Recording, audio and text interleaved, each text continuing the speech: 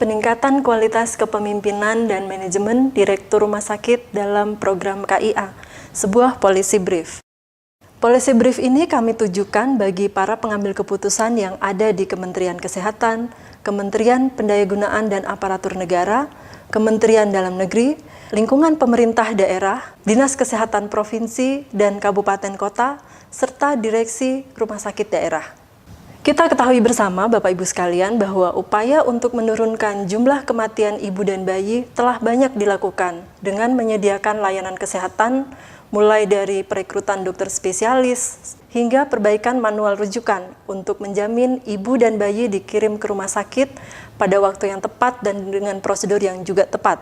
Namun hal yang tidak kalah pentingnya adalah faktor kepemimpinan di rumah sakit dalam mengembangkan dan mengimplementasikan sistem manajemen yang berkinerja baik. Policy brief ini berusaha membahas upaya peningkatan kualitas kepemimpinan dan manajemen Direktur Rumah Sakit untuk menunjang terlaksananya program KIA dalam rangka menurunkan jumlah kematian ibu dan bayi.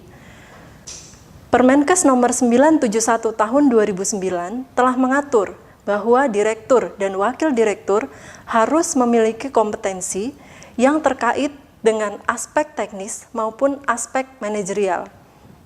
Oleh karenanya dapat dikatakan belum ada sistem pengembangan kepemimpinan direktur rumah sakit secara sistematis.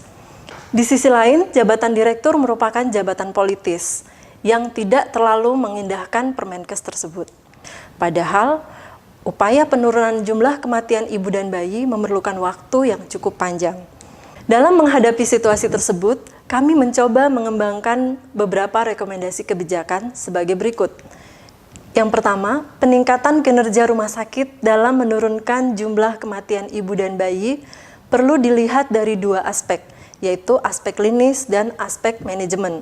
Yang kedua, upaya perbaikan manajemen dilakukan untuk mendukung pencapaian klinis dengan prinsip pelayanan klinis merupakan aktivitas utama atau core business rumah sakit.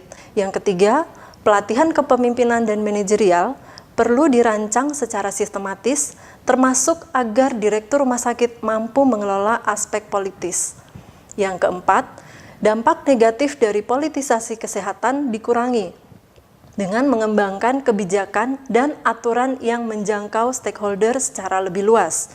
Rekomendasi kami yang kelima adalah menyusun perencanaan berbasis bukti yang didukung oleh sistem penganggaran yang fleksibel. Keenam, pemimpin rumah sakit bertanggung jawab dalam mengarahkan pengembangan sistem operasional rumah sakitnya untuk mendukung upaya penurunan jumlah kematian ibu dan bayi. Dan rekomendasi kami yang ketujuh adalah mengoptimalkan penggunaan sarana komunikasi jarak jauh atau internet sebagai alat transfer of knowledge yang lebih efektif. Jika Anda tertarik untuk berkomentar atau ingin berpartisipasi untuk memperbaiki policy brief ini, kami mengundang Anda untuk mengunjungi website kami www.kebijakankesehatanIndonesia.net. Terima kasih.